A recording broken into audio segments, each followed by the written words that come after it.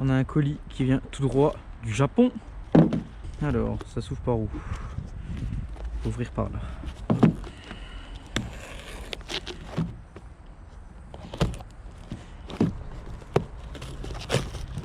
Ok. Bon, moi, les boîtes, ça fait 2.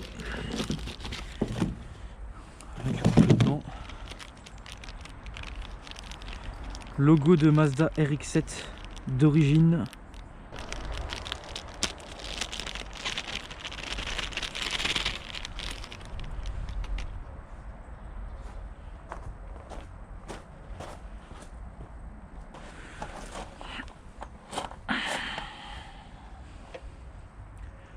Ok, j'achète. Ok, j'achète.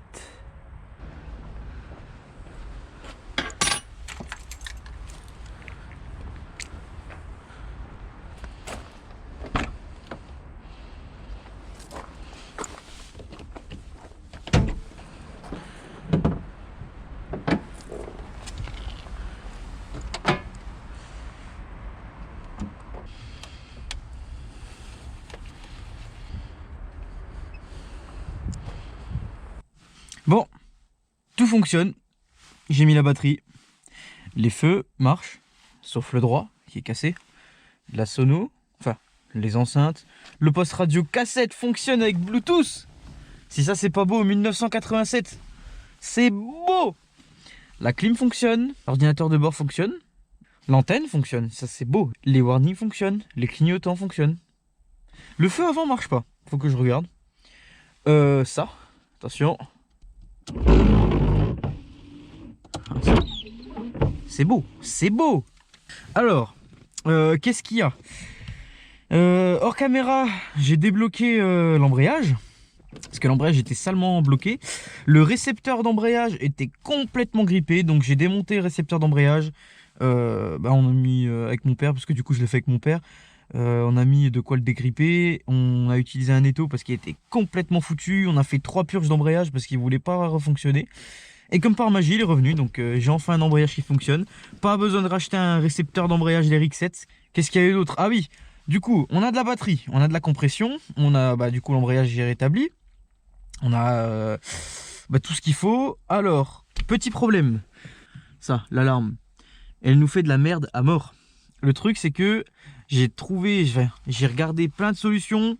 J'arrive pas.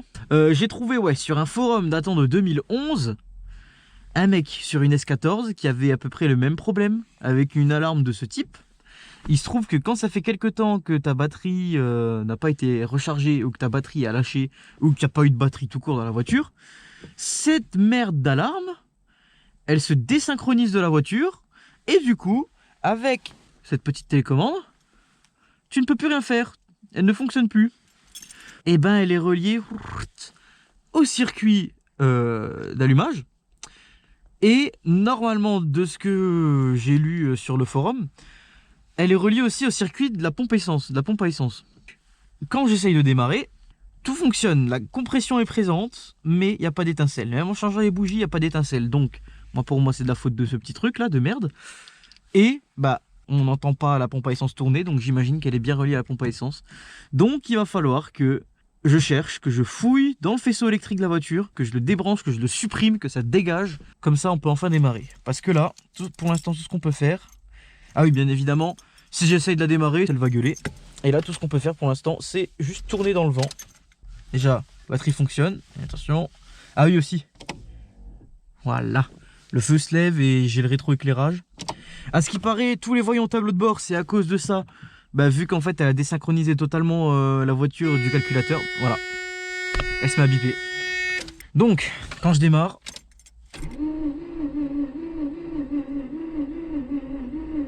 Ouais, bon, la batterie n'est plus à fond. Mais voilà, j'ai reçu le reste. J'ai reçu le reste. Donc, il est où? Il est là. Alors, du coup, ça c'était commandé sur eBay. Le logo RX-7 que j'ai déjà filmé. Normalement, il vient de Lituanie. Alors que celui-là, il vient du Japon. Donc, ça, je tiens un truc qui vient du Japon. Qui est très très bien emballé. Ok, voilà. On voit le bout. poser ce couteau parce que je sens que je vais me planter encore. Voilà. Petite boîte scotchée, bien. Ok. On va dire que c'est bon. Hein. Voilà. On va poser le couteau. Attention. Ok.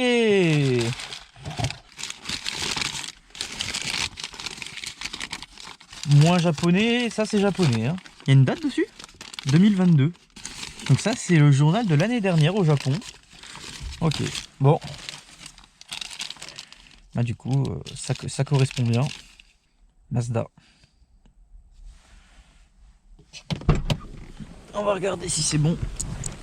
Normalement ce Mazda là, il vient du côté là. Ouais, c'est ça. Ce Mazda, il vient du côté là. Ça a l'air pas mal hein. Ça c'est cool, je kiffe. Donc voilà. Mazda d'origine. Ah c'est cool. Je suis content. Je suis content. Bon, voilà où on en est. On a fait plein de trucs avec mon père hors caméra. Donc on a essayé de la démarrer, ça démarre pas. Pour le petit bilan, on n'a pas d'allumage, il n'y a pas d'étincelle. Donc ça tourne, il n'y a pas d'étincelle. Concernant l'alarme, on a trouvé le pourquoi du comment.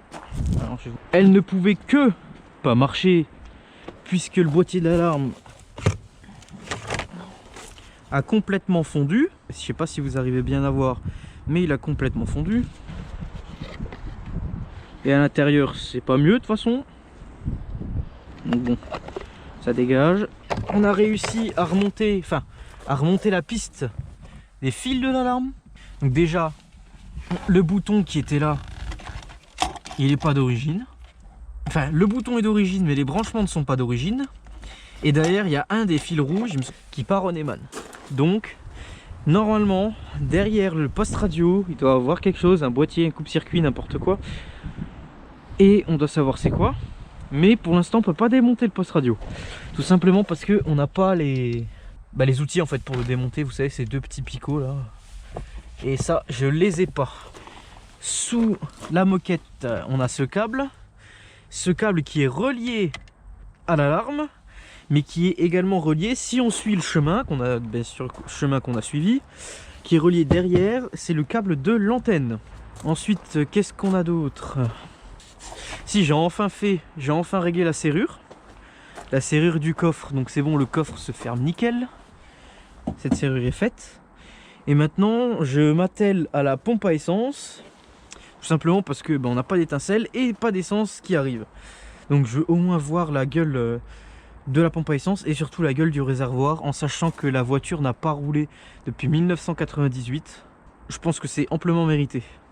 Alors, juste avant de prendre la GoPro, j'ai déjà enlevé toutes les vis qui étaient relativement une galère parce qu'elles ont toutes une sale gueule. Il me reste la vis là-haut, comme ça on va pouvoir voir la gueule qu'elle a. Et je suis curieux. Maintenant je prends le tournevis là parce qu'il est aimanté. Voilà, c'est bon. Et ben c'est parti, on va voir. Il me faut un plat pour faire levier. Bon, tournevis plat trouvé, tournevis de chez Facom et les vieux tournevis où tu as bien le rouge qui se désintègre. Donc bon, j'essaie de frotter, pas qu'il y ait trop de rouge qui aille au niveau du réservoir. Ça serait chiant. Ouf.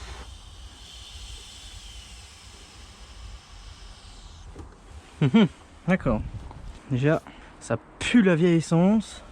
D'un côté, j'ai envie de te dire que c'est bon signe. Voilà. Ça y est, on va voir ce que ça donne. Oui, faudrait que j'enlève les durites. Pas une durite rouillée là. Ça a l'air plutôt en bon état, tiens. Attendez, je vais chercher une lampe. One eternity later. Le soleil commence à se coucher. J'ai ma lampe, j'ai une petite pince pour pouvoir enlever les durites. Ok, donc elles sont pas grippées déjà. Alors, est-ce que je peux enlever comme as? Je vais essayer de filmer avec mon téléphone. Non, je vais mettre le flash. Et le flash, c'est bon. Alors, on va voir. tout est nickel. On va dire que c'est bon.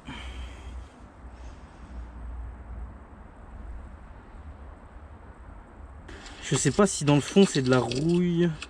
Faudrait voir. C'est vrai, il y a ça aussi. Regardez-moi ça. L'ancien propriétaire, depuis 1998, bien évidemment 25 ans, et ben il s'est dit je vais changer mes enceintes, mais il a pas mis les bonnes. Il a mis un petit bout de fer plat pour faire une patte. C'était ingénieux quand même. Hein. Elle est défoncée, mais elle fonctionne. Et ça c'est beau. Elle fonctionne. Donc on ne peut rien lui reprocher déjà. J'ai procédé au remontage. J'ai vu à quoi ça ressemble à l'intérieur. J'ai vu que l'essence, bah déjà il y avait de l'essence, ça me choque qu'il y ait de l'essence, mais qu'elle est pourrite. Du coup, déjà ce que je vais faire, c'est reprendre ça. Voilà, j'ai enfin réussi à refermer. Alors.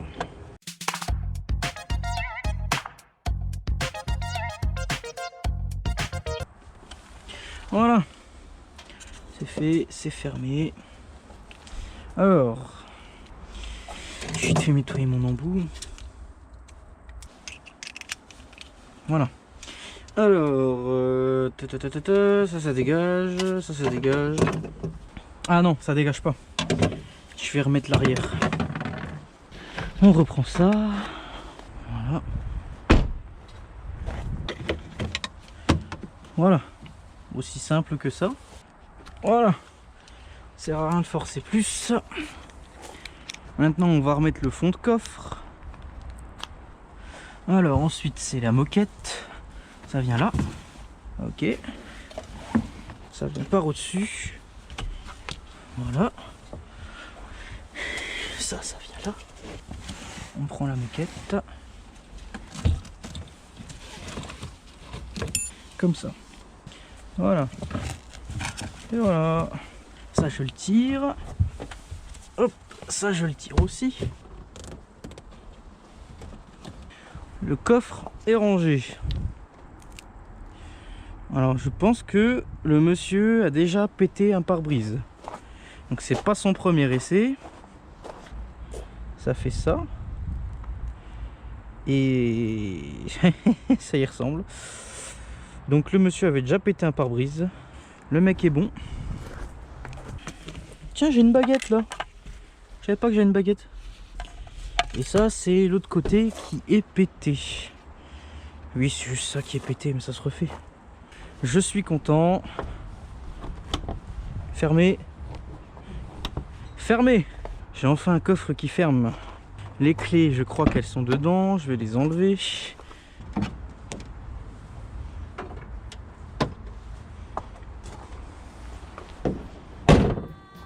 Voilà. Je peux la refermer.